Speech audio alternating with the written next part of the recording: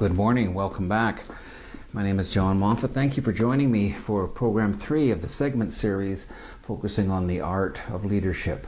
Today I'm going to offer a few things to consider in your laws for living as a leader. To build a social bank account, remembering that you can only be a leader if you have followers who want to follow and are staying with you on that train ride from our beginning point to the end point, that vision you've created for them for 3 or 5 years or whatever. Remembering that those people don't always have to stay with you. Some do, perhaps if they're in your family for a while. Others do or don't if there are other people involved in community activities.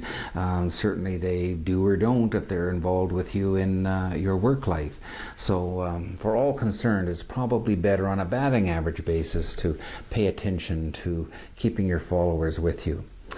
One of the first things I would suggest in creating this positive environment wherever you are 24/7 is to smile a lot. You know, my wife and I have 3 little pups, and even though they're 5, 6, and 7 years old now, they still look and act like pups. And one of the things that's most appealing, it's why people love pups, is that whenever Judy and I come home, there's barking at the door and they're hopping up to see us.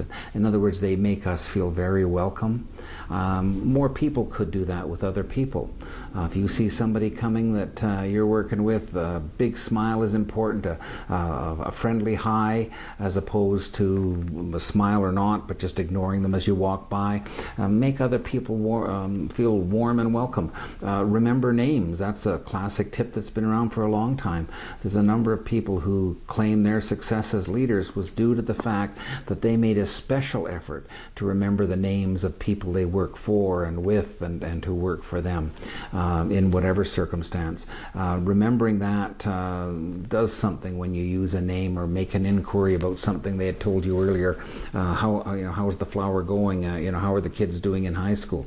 That kind of thing says to that other person, I'm important. This leader under whatever name values me.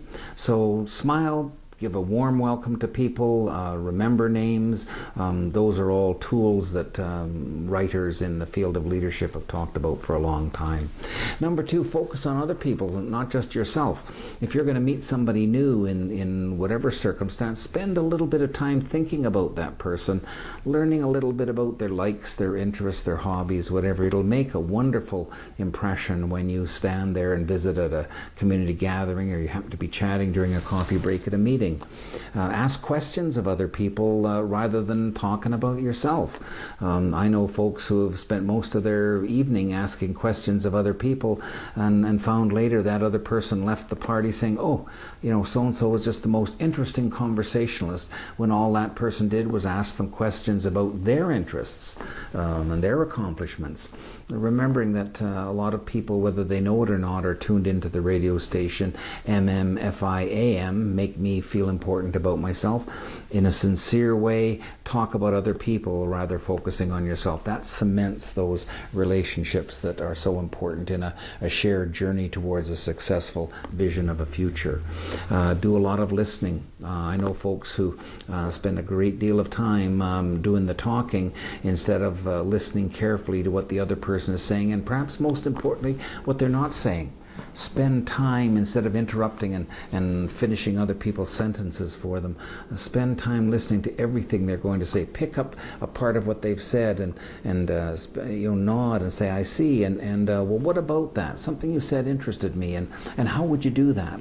Ask questions and listen carefully instead of looking at your watch, looking around, looking at the background and talking to other people, answering your cell phone.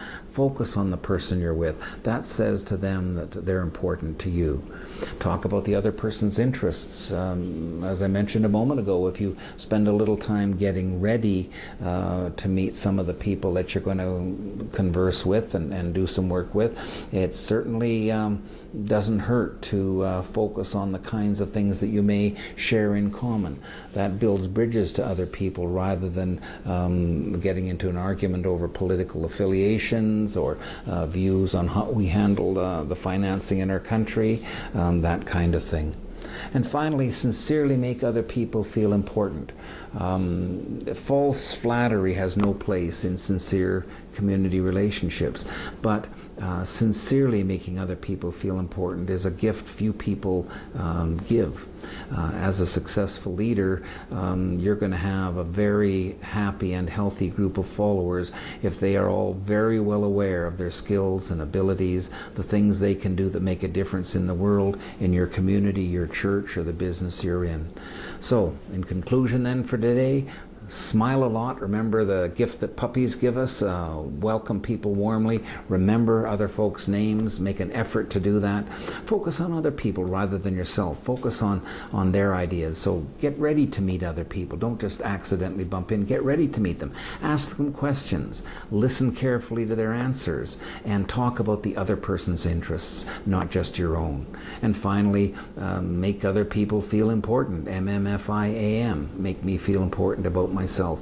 Find accomplishments that you can credit them for, and they'll in all likelihood do the same for you.